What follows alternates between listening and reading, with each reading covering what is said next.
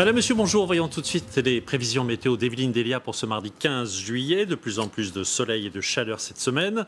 Encore des nuages cet après-midi de la Bretagne aux Flandres. De belles éclaircies des pays de Loire à la Champagne. Quelques averses sur les Alpes du Sud, les Pyrénées et la montagne corse. Ailleurs, vous le voyez, beaucoup de soleil. Les températures commencent à monter. Patience, patience. 23 degrés cet après-midi à Lille, 24 à Besançon, 26 à Tours, à Lyon, à Ajaccio, 27 à Paris, 29 à Bordeaux et jusqu'à 32 degrés à Nîmes. Et puis, si vous êtes à la plage, vous voyez cette jolie collection de drapeaux verts, à l'exception de la côte aquitaine où il faut être prudent à cause des courants. Quant à la température de l'eau, elle ne va pas cesser de monter, elle aussi, jusqu'au week-end. Alors qu'on soit ou non en vacances, un peu de soleil, de chaleur, ça fait du bien. Entre Toul et Villers-Saint-Étienne en Meurthe-et-Moselle, Alison Tassin et Morgane Tout. Que ce soit au bord de l'eau ou d'une terrasse, le retour des rayons de soleil a transformé Toul et le quotidien de ses habitants. Alors on sort les belles robes, hein et puis et les shorts si on peut aussi, et puis voilà. Mais c'est vrai que c'est quand même autre chose le soleil. Hein. Ça fait du bien, moralement ça fait du bien. Et ceux qui en profitent le plus se trouvent à quelques kilomètres de là. Dans ce village, les habitants ont retrouvé le sourire. C'est vrai que quand on voit un temps gris et puis du soleil, là c'est complètement différent. Que ce soit dans l'Est ou dans n'importe quelle région, quand on se lève le matin qu'il fait beau, on est tout de suite de bonne humeur. Guy et Annie, eux, en profitent pour entretenir leur jardin, vêtus de couleurs du Sud. Ça faisait un mois quasi qu'on n'avait rien fait dehors. Entre la sécheresse, ça poussait plus ou ça poussait mal. Et puis toute la semaine dernière, la pluie, quoi. Donc depuis ce matin, on rattrape le temps perdu. Les gens sont heureux.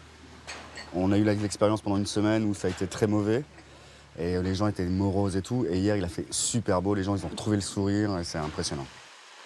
Des températures en hausse, jusqu'à 30 degrés prévus en fin de semaine en Lorraine. Certains n'ont pas attendu pour se jeter à l'eau. Un beau temps qui donne des envies de fruits et légumes. Ils sont gorgés de soleil, ils sont goûteux et à un prix, c'est important, raisonnable. À en croire Marion Fiat et Tanguy Jouard qui se sont rendus ce matin sur un marché à Annelin dans le Nord. Avec un ciel aussi triste, pour trouver un peu de couleur et de gaieté sur le marché, il faut se précipiter sur les étals des fruits d'été. Et justement, il y a foule devant le marchand. On se bouscule pour savourer des abricots, des nectarines ou des cerises, car leur prix est en chute libre par rapport à l'année dernière, environ moins 30% sur le prix au kilo. Je mélange des mûrs et pas trop mûrs, hein. D'accord. L'année dernière, en cerise, il fallait compter à peu près 9,90 le kilo. On est à 4,90. En abricot, ça a vachement bien baissé aussi. C'était à peu près entre 6,95 et 7 € le kilo. Ça a quand même bien baissé. Et là, on est à combien ? 3,95 et 4,95 en cerise. Avec un printemps très doux dans le sud, dans le nord, on en profite pour acheter par cagettes entières ces fruits d'habitude assez chers. La récolte a été très abondante, la qualité est supérieure à ce tarif, on aurait tort de se priver. Ils ne sont pas chers parce que l'année dernière, ils étaient beaucoup plus chers. Hein. Je crois que c'est une bonne année pour les fruits. Hein. Du coup, on en profite ? Voilà, c'est des vitamines hein, pour bonne mine. Des pêches blanches, des abricots, je vais prendre des cerises, une livre de cerises, monsieur, et puis des abricots. Voilà, c'est pas très cher ? Non, c'est pas très cher, c'est bien, c'est bien. Au moins, à défaut de sortir les petites robes ou les débardeurs, l'été sera ce midi dans toutes les assiettes, en salade, en tarte ou tout simplement à croquer. Et le beau temps va revenir même dans le Nord. À propos de bons produits, c'est ce matin qu'entre en vigueur le décret sur le fait maison. Les restaurants qui préparent leurs repas sur place pourront accoler un logo sur leur carte. Alors cela paraît tout simple à première vue et pourtant les avis divergent. Entre Chamalières et Rion dans le Puy-de-Dôme, Guillaume Frixon et Julien Velay. Pour préparer ses plats du jour, Luc et ses 35 ans de métier se met au fourneau à 7 h tous les matins. Une rigueur indispensable à ses yeux pour tout cuisiner, de l'entrée au dessert. On prend du temps de le faire, donc le matin, il faut attaquer de bonne heure. Donc après, on a un produit fini qui est nettement meilleur et que les produits qu'on peut trouver tout fait, tout fini.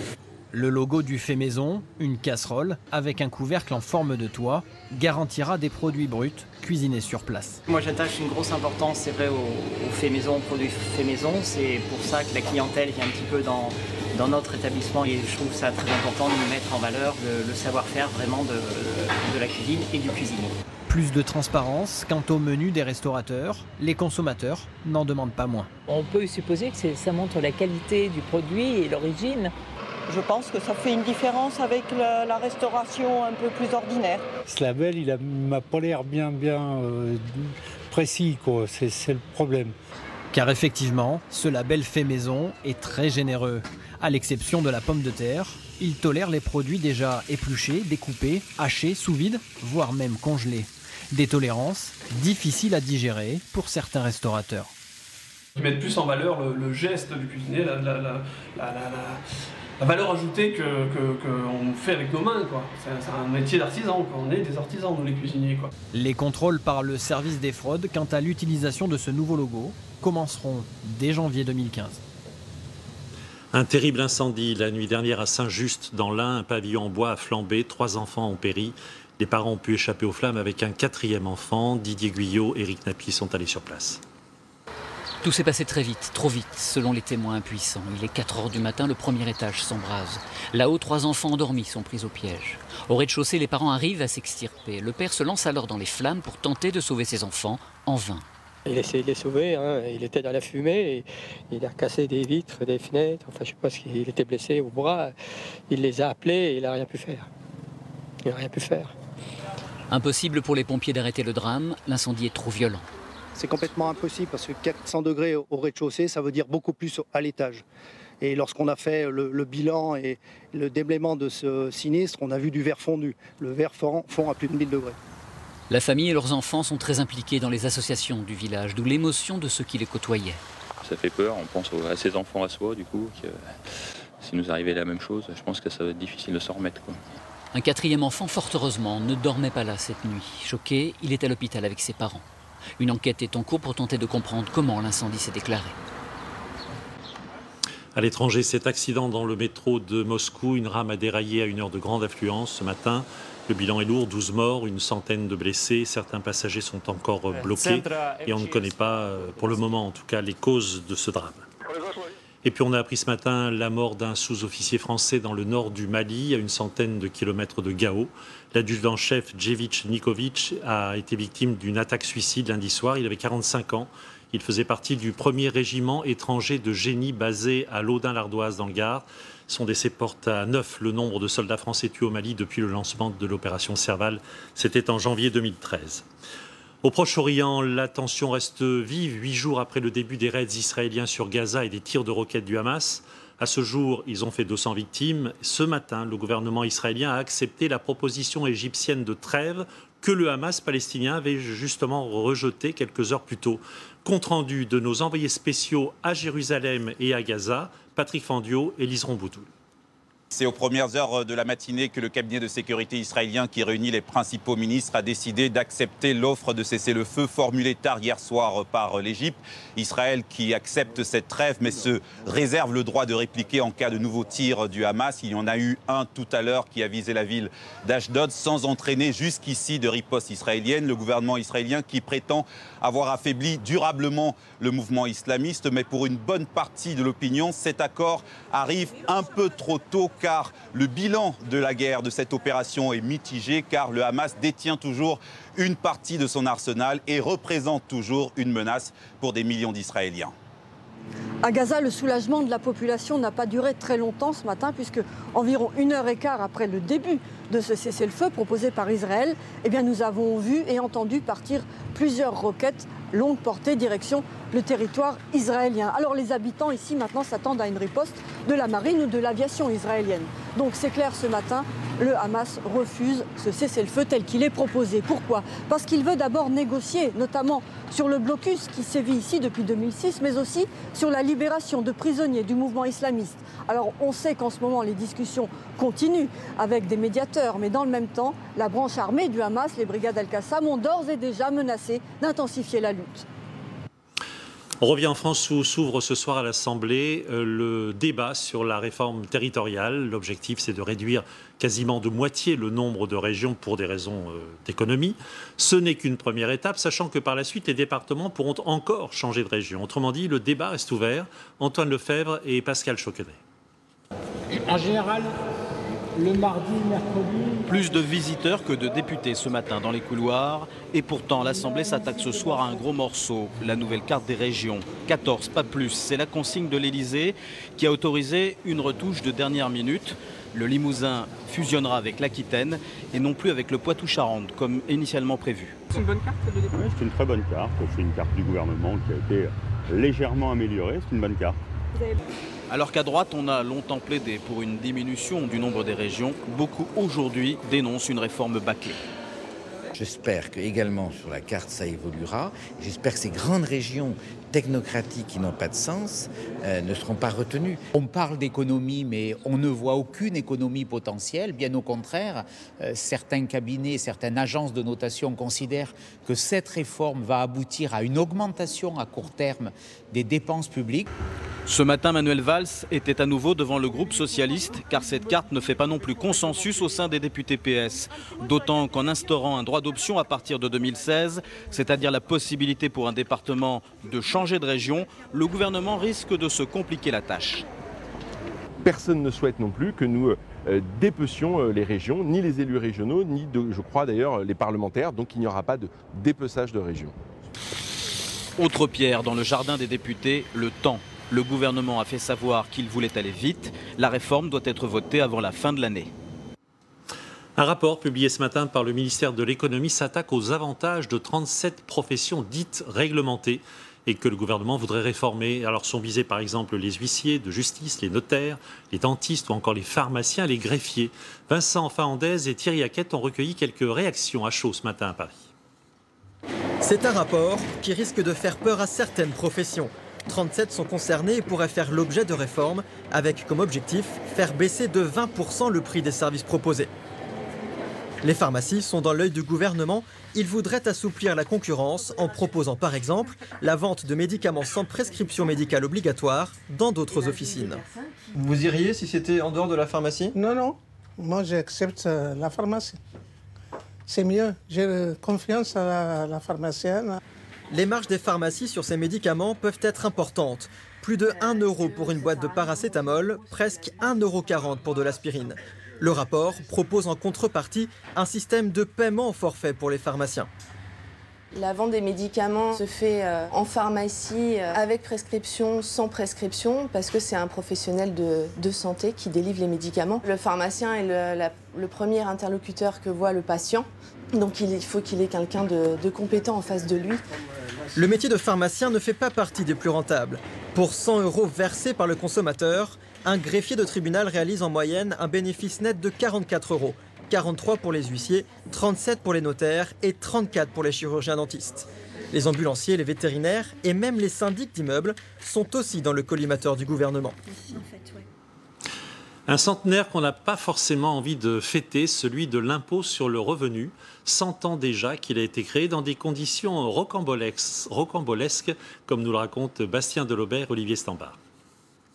Imaginez l'impôt, non plus calculé sur le revenu, mais en fonction de la façade de votre maison. Il y a 100 ans, le système fiscal repose sur les taxes à la consommation et des contributions datant de la Révolution, comme cet impôt sur les portes et fenêtres. Plus on avait de portes, plus on avait de fenêtres, on payait de l'impôt. C'était soi-disant un symbole de richesse et globalement, ça rapportait peu ou mal. C'était complexe à gérer. Il fallait passer à quelque chose de plus moderne, d'où cette idée d'aller vers l'impôt sur le revenu. Ministre des Finances de Jaurès, Joseph Caillot mène la bataille de l'impôt au Parlement. Débattu pendant 5 ans, sa loi déchaîne les passions et aiguise la plume des caricaturistes. Les humoristes ont montré les fonctionnaires des finances et du fisc utilisant un pressoir pour que le pauvre citoyen français puisse cracher ses pièces d'or. L'affrontement politique tourne à la campagne de dénigrement contre Caillot. Articles et caricatures inondent la presse. La femme du ministre ne supporte pas l'affront et assassine le rédacteur en chef du Figaro. Un siècle plus tard, si certains le détestent encore, l'impôt sur le revenu est entré dans les mœurs. Est-ce que c'est un anniversaire qui se fête ou pas? Ah, pour l'État, ils le fêtent parce qu'ils récoltent du fric, mais pour moi, non. C'est faire en sorte que nos routes, nos écoles, nos hôpitaux fonctionnent. C'est pour moi une obligation civile que je suis tout à fait ravi de remplir. Ça peut être une douleur, mais c'est une douleur nécessaire. Voilà. Voté pour financer l'effort de guerre, l'impôt de 1914 n'a rien à voir avec celui d'aujourd'hui.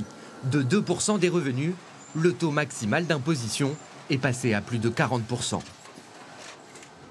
C'est un moment qui les marquera sans doute à vie. 100 collégiens originaires de Marseille qui viennent de décrocher leur brevet ont été reçus ce matin à l'Élysée par le ministre de l'Éducation et par celui de la Jeunesse. Ils ont été choisis parce qu'ils viennent d'une zone d'éducation prioritaire et peut-être aussi parce que parmi les épreuves, il y avait cette année en éducation civique un texte signé François Hollande. François Hollande qui était présent lui aussi, comme vous le voyez. En Allemagne, les héros sont de retour. Les champions du monde sont rentrés de Rio ce matin, portés en triomphe à Berlin par des centaines de milliers de supporters. Dominique Sidiropoulos, Pierre-Emmanuel Chinardet et Florian Legoïc commentent pour nous ces scènes de liesse. Peu après 10 heures ce matin, le 747 de la Lufthansa pose ses roues sur le sol allemand. Un atterrissage salué à distance porte de Brandebourg, traditionnel lieu de célébration des victoires. À la descente de l'avion, le capitaine Philippe Lam ouvre la marche trophée à la main, suivi par l'ensemble des champions du monde. On réalisera mieux dans quelques jours ce qu'on vient d'accomplir. Là, on s'est surtout reposé. Le vol s'est très bien passé. Comité d'accueil réduit, bien loin de la marée humaine qui attend dans le centre de la capitale allemande. Au traditionnel bus à Impérial, la fédération a préféré un camion à ciel ouvert, un engin sans doute plus à la mesure de cette équipe, désormais quadruple championne du monde. Le long du trajet, menant à la porte de Brandebourg, une foule compacte. Les drapeaux rouges, or et noirs sont de sortie, saluant le premier titre mondial de l'Allemagne réunifiée. Des centaines de milliers de supporters attendent leurs héros. Les festivités ne font que commencer. La journée promet d'être longue. Revenons aux vacances avec un beau début de saison pour les professionnels du tourisme en Normandie. Les commémorations du débarquement le 6 juin dernier ont donné un magnifique coup de projecteur sur la région et les touristes affluent en particulier de l'étranger. À Ouistreham, dans le Calvados, Julie Hamet et Xavier Toby. Le 6 juin dernier, Ouistreham, 9000 habitants, s'est retrouvé sous le feu des projecteurs. Après les commémorations du 70e anniversaire du débarquement, cette ville normande pensait sûrement retrouver le calme, mais l'enthousiasme persiste. Je m'imagine les Américains, les Anglais débarquer sur la plage et on revit l'histoire en fait. Ça a l'air vraiment intéressant. Alors on a décidé de raccourcir nos vacances à Bordeaux et de venir ici, à la place. Résultat, plus d'un mois après les festivités, les touristes continuent d'affluer vers les sites dédiés à la Seconde Guerre mondiale. Les 2 places sont à 15 €. Voilà. Dans ce musée, la clientèle a augmenté de 45% en juin. Nous avons eu des nouveaux visiteurs, surtout des Allemands, plus d'Espagnols et d'Italiens que les autres années. À quelques centaines de mètres de là, même répercussion positive. C'est quoi comme poisson que vous voulez? Ce restaurant a vu son chiffre d'affaires doubler le mois dernier et continue d'afficher complet en juillet. Par rapport à un mois de juin, on va dire que sur des moyennes, on va faire un 200 couverts jour. Et là, on est arrivé à 500 couverts jour en moyenne, donc c'est plus qu'énorme. En fait, nous, on part toujours sur l'étranger. Mais là, au mois de juin, on n'a pas pu venir. Donc on s'est dit, tiens, pourquoi pas emmener nos filles pour voir un petit peu tout ce qui s'est passé. Un effet D-Day, donc, qui rallonge même la durée des séjours. En général, on a des clients de passage qui restent 1 à 2 nuitées. Là, on a remarqué que les séjours étaient de 3 à 4 nuitées. Les clients restent véritablement pour faire le circuit des plages du débarquement. Les professionnels du tourisme espèrent que cet engouement perdurera encore plusieurs mois. 2,5 millions de visiteurs sont attendus cet été en Normandie. À propos de vacances, la vigilance est de mise durant la saison estivale, notamment dans les grandes villes. Les pickpockets sont nombreux et toujours plus discrets. Ils sévissent dans les transports en commun, mais aussi dans certaines boutiques. Reportage à Paris d'Axel Girard et Nicolas Belmont. Ils sont devenus la plaie des Champs-Élysées. Les pickpockets ont multiplié par 2 leur activité en 10 ans. Principale cible dans les magasins, la rue et surtout les transports, les touristes asiatiques. Ils ne connaissent pas du tout la petite délinquance et se promènent trop souvent avec de fortes liquidités. Il n'est pas rare de voir des victimes de vol-tir où à l'intérieur du porte-monnaie, il y avait 2, 3, 4 000 €, même beaucoup plus. C'est quasiment à chaque fois qu'il y a quelqu'un dans mon groupe qui se fait voler ses affaires. C'est une vraie peste en fait. La police occupe le terrain en uniforme pour rassurer, dissuader ou en civil pour faire des arrestations en flagrant délit. Mais les pickpockets se font de mieux en mieux dans la foule. On a affaire à 2 tiers de mineurs à peu près, on va dire, sur ces équipes. Des équipes de 2, 3, 4 personnes à 95% de nationalité étrangère et extrêmement mobile aussi. Après, on a les débutants qui vont essayer pendant des heures, qu'on va suivre pendant des heures, qui ne vont pas réussir et qui vont changer de secteur. Voilà. En général, maintenant, ils sont très méfiants. Certains touristes aussi, comme ces deux personnes qui ont déjà été piégées à l'étranger. Des pickpockets nous ont volé notre téléphone à Barcelone. Désormais, nous faisons très attention. Nous portons toujours nos sacs par devant pour être sûrs qu'ils ne puissent pas fouiller dedans. Pour les espèces, j'emporte le strict minimum. Mais les voleurs sont patients et finissent toujours par trouver l'aubaine. Les filatures ont beau s'allonger, la police multiplie les arrestations en flagrant délit. Une centaine en 2013, 6 pour la seule journée de samedi dernier. C'est déjà la haute saison. Direction maintenant la capitale européenne du camping, Argelès-sur-Mer, dans les Pyrénées-Orientales. 40 000 emplacements. On peut choisir une caravane ou un mobil-home, chacun a ses adeptes. Fabien Chadeau, Mathieu Poissonnet et Simon Humblot ont entendu les arguments des uns et des autres. Mobil-home ou caravane? Cette question, beaucoup de campeurs se la posent. À Argelès-sur-Mer, au pied des Pyrénées, dans la capitale européenne du camping, près d'un emplacement sur deux est en dur. Olivier Robert vient dans cet établissement depuis 20 ans. Il avait une caravane, il l'a vendue pour ce mobil-home. Fini le confort rudimentaire et la promiscuité. Allez-y. Donc là, il y a 2 chambres. Là, c'est les toilettes. Là, il y a 2 chambres. Avec 2 petits lits de chaque côté. Voilà, c'est une cabine de douche. Ouais, c'est une salle de bain. Il y a un lavabo, une cabine de douche. Donc c'est l'avantage du mobil-home par rapport à la caravane, c'est que vous avez tout le sanitaire intégré. Ça nous évite les douches communes, on a un chauffe-eau, on a tout ce qu'il faut. Autre avantage du mobil-home, l'installation est instantanée, pas de temps perdu en cas de court séjour. Une caravane, tu es obligé de rester au minimum une semaine parce que le temps d'installer le haut-vent et compagnie, pour partir un week-end, c'est compliqué, quoi. En mobil-home, c'est comme dans un petit appartement, chacun chez soi avec son confort, au détriment peut-être d'une certaine convivialité. À quelques mètres de là, l'allée des caravanes. Ambiance plus festive, c'est l'heure de l'apéro. On n'est pas enfermé dans un mobil-home, on est tous ensemble, on vit dehors. En mobil-home, c'est moins convivial, c'est plus renfermé. Une fois qu'on est à l'intérieur, c'est fini, on ne voit plus personne. Tandis que la caravane, même si on est sous le vent, on voit toujours passer les gens, on voit tout le monde. Plus chaleureux et en moyenne 2 à 3 fois moins cher. En période estivale, la caravane se loue mieux. Mais dans l'année, c'est le mobil-home qui a le plus de succès. En avant-saison, on loue beaucoup les mobil-homes. On les commence le 1er avril et on loue pas mal au week-end. Mobil-home ou caravane, depuis 2 semaines, son établissement affiche complet. Donc le débat reste ouvert, mais il reste la tente. Prudence, sur les côtes de la Manche et de l'Atlantique, ce sont les grandes marées jusqu'à demain avec des coefficients supérieurs à 100. Des grandes marées qui attirent toujours de nombreux pêcheurs à pied. À Blainville-sur-Mer, dans la Manche, on retrouve Julie Hamet avec David Frotté. Les bras chargés, ils marchent d'un pas décidé. La mer s'est retirée à plus de 4 km. Le temps de quelques heures, elle laisse derrière elle un terrain de jeu immense. Je vais mettre donc là où il y a de l'eau un peu. Sur la plage de Blainville, râteaux et fourches rythment l'après-midi. L'occasion de prendre un grand bol d'air en famille. J'ai connu ça depuis toute petite, donc du coup oui, on a aimé leur faire voir ça et ils ont pris goût et c'est sympa.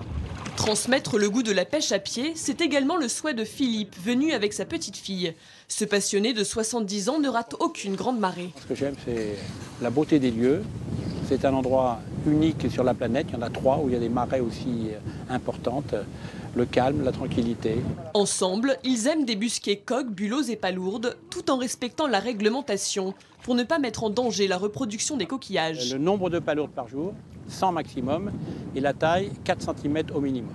Mais avant de les mesurer, encore faut-il pouvoir les trouver, à chacun sa technique. Alors lorsque j'aperçois un cratère, tout simplement, il suffit de mettre le doigt, de creuser un peu, 3 cm à peu près, et la palourde est là. Et la persévérance finit par payer. Reste à imaginer un accompagnement pour ces palourdes. Avec beurre et escargot au four. Et on les mange directement avec un peu de pain et du beurre à la rigueur. C'est peut-être pas trop bon pour le régime, par contre. La partie de pêche doit s'achever avant que la mer ne reprenne ses droits. Attention donc à bien vérifier les horaires des marées pour ne pas vous laisser surprendre. Les caprices du temps qui nous offrent parfois des images impressionnantes. Celles-ci viennent de Sibérie. Une pluie de grêlons gros comme des balles de golf. Elle s'est abattue samedi dernier sur une plage très fréquentée de Novosibirsk. Le moins qu'on puisse dire, c'est qu'elle a surpris les vacanciers qui ne savaient plus où se mettre à l'abri. Autre pluie mais d'étoiles hier soir dans le ciel de Paris, sur la Tour Eiffel, avec le traditionnel feu d'artifice du 14 juillet.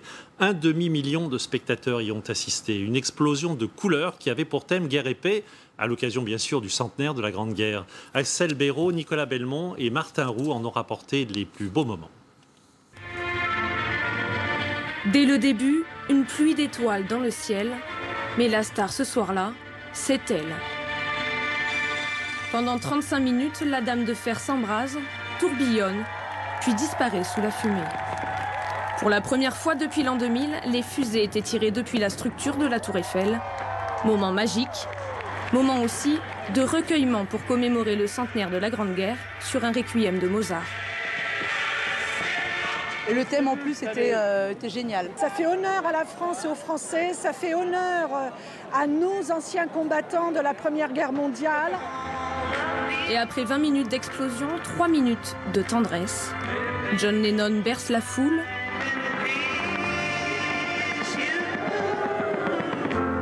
Et lance un appel à la paix entendu par tous. Je viens d'Angleterre, du Nouveau-Mexique. From China.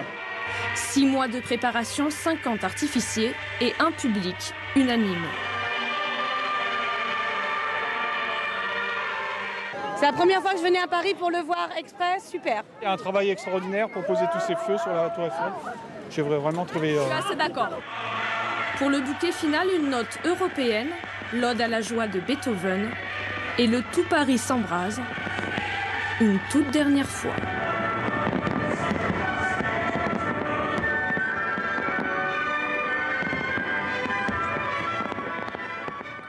Certainement un des plus beaux feux qu'on ait vus. Et à Toulouse, ce sont 200 000 personnes qui ont afflué hier soir sur les berges de la Garonne pour assister à un concert en hommage à Claude Nougaro, disparu il y a 10 ans. Parmi tous les nostalgiques du chanteur toulousain, Pascal Michel, Jean-Vincent Fournis.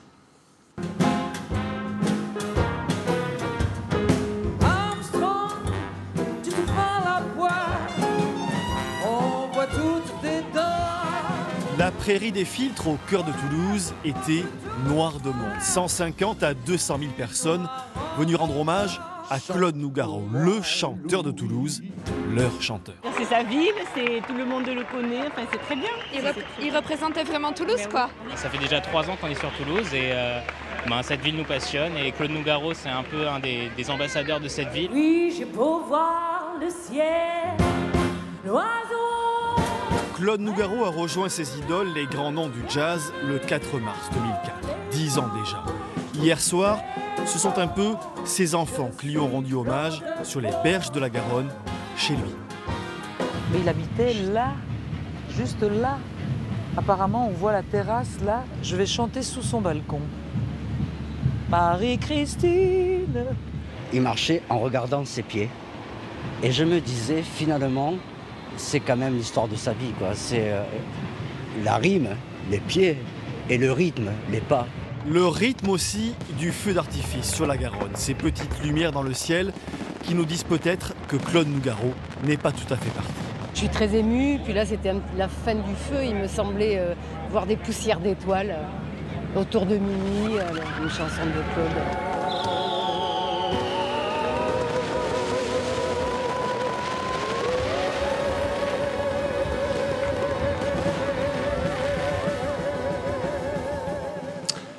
Durant l'été, les parcs animaliers attirent de nombreuses familles et le zoo de Beauval dans le Loir-et-Cher est classé parmi les 15 plus beaux au monde. À sa création, il y a plus de 30 ans maintenant, il était entièrement dédié aux oiseaux. Aujourd'hui, on peut y voir 600 espèces d'animaux en vedette, 2 pandas géants superstars. À Saint-Aignan, Cécile Madronet, Jean-Philippe Helm et Pascal Chély. Maïtan, tu regardes les singes? Qu'est-ce qu'ils font là? Ils s'enlèvent les puces? Les facéties des singes magots ou les yeux clairs d'un bébé jaguar, on vient à Beauval observer des animaux du monde entier. Et chacun a ses pensionnaires favoris. Gorigo argenté, quand il fixe et quand il s'arrête et quand il vous fixe dans les yeux, ça prend, quoi. Ça prend bien. Les koalas, quand ils ont monté à l'arbre, ça me donne envie de les toucher. On est content de voir le lion. Les enfants, ils adorent. Toute la journée, ils nous ont fait des... Ils attendaient que ça. Mais depuis 2 ans, si les visiteurs se pressent de la France entière, c'est pour une raison bien précise. Pour voir les pandas, évidemment. 2 pandas, prêtés par la Chine, qui ont pris leur marque ici dans le Loir-et-Cher. Wanzé, le mâle, affiche une placidité à toute épreuve. Seuls 16 zoos au monde accueillent cette espèce menacée. Et quand Françoise Delors, il y a 34 ans, a ouvert un petit parc ornithologique, elle n'imaginait pas une telle évolution. Les pandas, pour tout vous dire, c'était un rêve que j'avais depuis 15 ans et je pensais que ça ne se ferait jamais.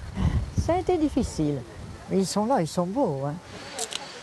Quand je me promène, je me dis c'est pas croyable. Aujourd'hui, le parc reste une affaire de famille, mais a changé de dimension. Plus de 5700 animaux sur 30 hectares, 1 million de visiteurs par an, qu'il faut surprendre à chaque visite. Dernier investissement en date, ce théâtre de plein air. Pendant plusieurs semaines, les fauconniers ont dû entraîner ces 200 oiseaux à évoluer en vol libre.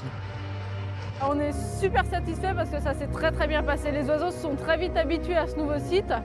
Ils ont eu beaucoup à se remuscler parce que les distances à parcourir sont doubles, voire triples de ce qu'ils faisaient avant. Donc ça a été vraiment beaucoup de travail. Tout est magique. Le cadre, les oiseaux qui planent et tout, c'est magique, c'est magique. Il est trop mignon. Ouais, superbe. Et Beauval compte aujourd'hui 450 naissances par an. Regarde Léo, le lamentin. Chaque nouveau-né fait l'objet de soins attentifs, comme ce bébé lamentin de 25 kg qui doit être alimenté 6 fois par jour. Il ne veut pas manger ni sur sa mère ni par biberon. Au début, il acceptait les biberons, maintenant c'est terminé, donc on est obligé de passer par cette technique-là. Quant à Anya, l'une des femelles koalas, elle dissimule dans sa poche ventrale un bébé qui, pour l'instant, ne laisse voir que ses pattes. On voit la petite patte du bébé. On en voit même 2. Moi, c'est toujours impressionnant voilà, de voir ce petit bout de patte là qui sort de la poche, vous voyez. Pour les soigneurs, chaque naissance est une récompense. Et grâce à son succès populaire, Beauval peut assumer sa principale mission, la conservation des espèces animales. Pour voir la vie en rose, c'est simple, je vous conseille d'aller admirer les lauriers en fleurs sur la Côte d'Azur. Chaque année, c'est le même enchantement que nous font partager aujourd'hui Lucie Robert et Bruno Taïb entre Cagnes-sur-Mer et Saint-Laurent-du-Var.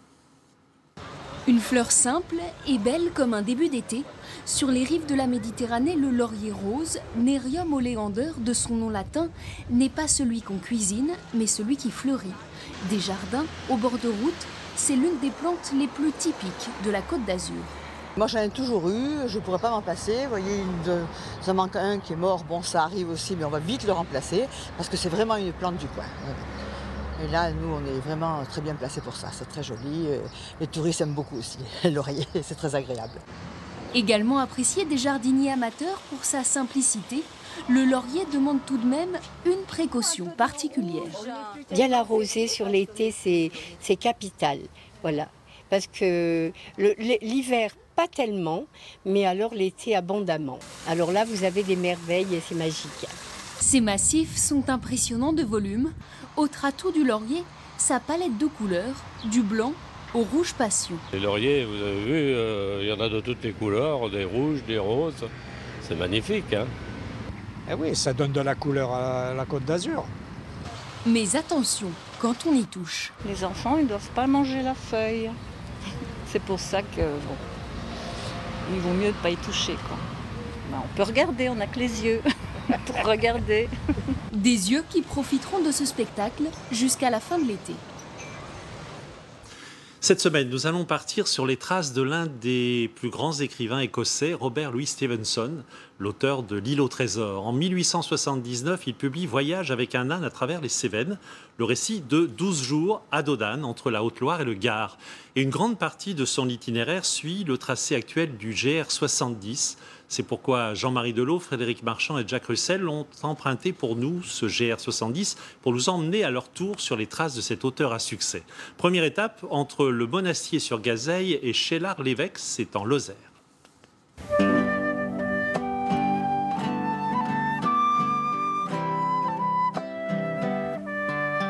Un morceau écrit en l'honneur de Stevenson illustre la passion de Marie-Virginie pour le récit « Voyage avec un âne dans les Cévennes ». Une dizaine de jours de randonnée pour Robert Louis Stevenson entre le Monastier-sur-Gazeille, en Haute-Loire, et Saint-Jean-du-Gard. L'auteur écossais de 28 ans est inconnu en 1878 et finalement méconnu en 2014. Stevenson, c'est aussi l'auteur de L'île au trésor, de Dr. Jekyll, Mr. Hyde. Les gens ne font pas toujours le lien entre ce chemin dans les Cévennes et voilà, l'auteur de ces romans fameux. Mais c'est le même. Le soir, entre deux bières, il racontait son projet. Mais les gens lui ont dit, vous êtes fous, quoi, là-bas. Il y a des loups, d'abord, il y a des brigands, il neige de temps en temps. Comment voulez-vous faire ce voyage?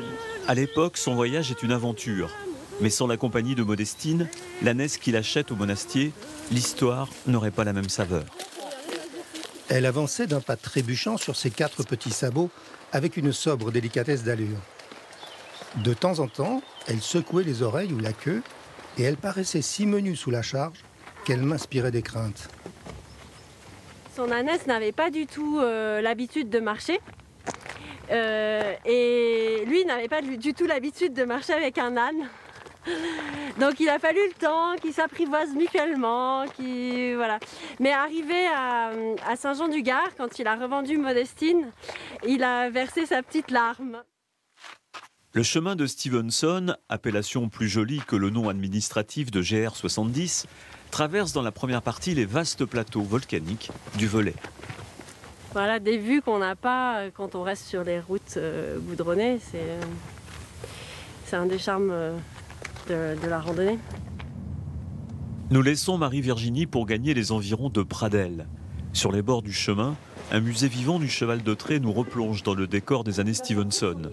Peu de randonneurs accomplissent le trajet avec un âne. Ils portent un sac sur le dos et font de multiples rencontres. J'ai démarré seul, et puis au fil des étapes, on rencontre effectivement des randonneurs d'origines diverses.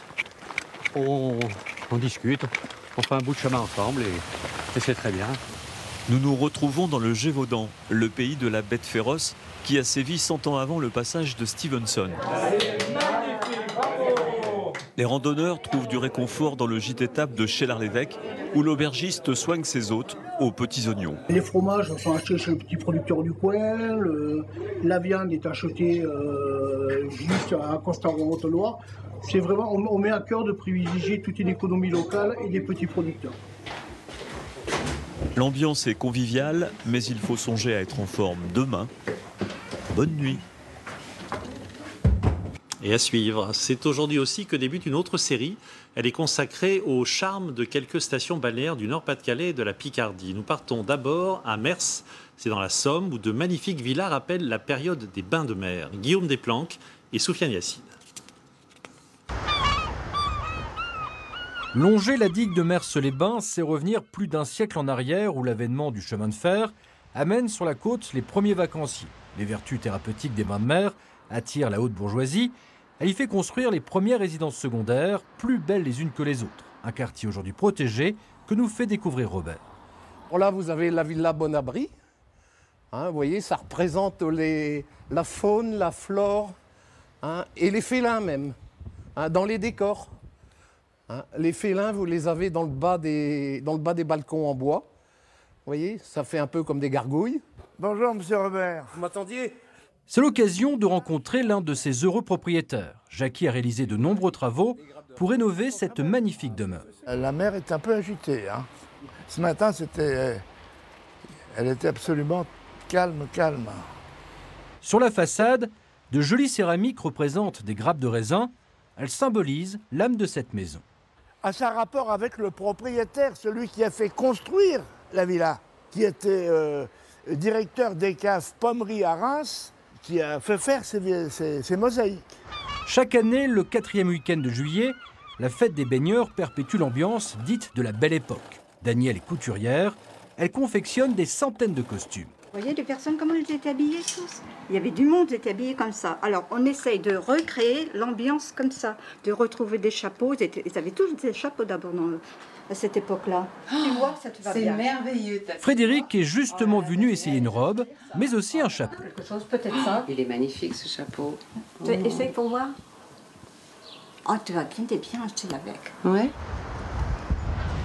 Tenue plus légère pour ces habitués qui, au pied de leur cabine, profitent d'un bon bain de soleil. Christian et Francine sont des inconditionnels de la station. Pensez, hein, à partir de 6 mois, je suis toujours venue tous les étés ici, étant jeune, et c'est donc que c'était bien. Hein. Il y a un charme, et puis si vous voulez, moi c'est ce que je dis, ça fait 70 ans que je viens, je connais quand même beaucoup de monde, j'y ai connu ma femme, c'est un art de vivre, c'est la douce France, je pense. C'est vrai que les villas, c'est joli, c'est un plus ça. Sur la plage, les rayons du soleil qui se reflètent sur les galets caressent les façades multicolores. Un jeu de lumière qui a séduit ce photographe qui habite sur la digue. C'est des lumières quand même qu'on ne rencontre pas ailleurs. En plus, il y a une espèce de relief important qui donne un cachet au paysage, qui donne du volume. Du haut des falaises, le panorama sur la ville procure un sentiment de quiétude et de bien-être. Une luminosité qui a également séduit de nombreux écrivains et artistes, comme Victor Hugo ou encore Jules Verne. Et demain, nous irons à Vimreux, comme vous voulez. La bourse de Paris, elle est en baisse alors qu'il est moins 0,18%, 4342 points. C'est la fin de ce journal. Dans un instant, la météo d'Evelyne Delia. À 20h, vous retrouverez bien sûr Julien Arnaud. On va se quitter avec quelques images encore de ce fabuleux feu d'artifice tiré hier soir de la Tour Eiffel pour le 14 juillet. Très bon après-midi et à demain.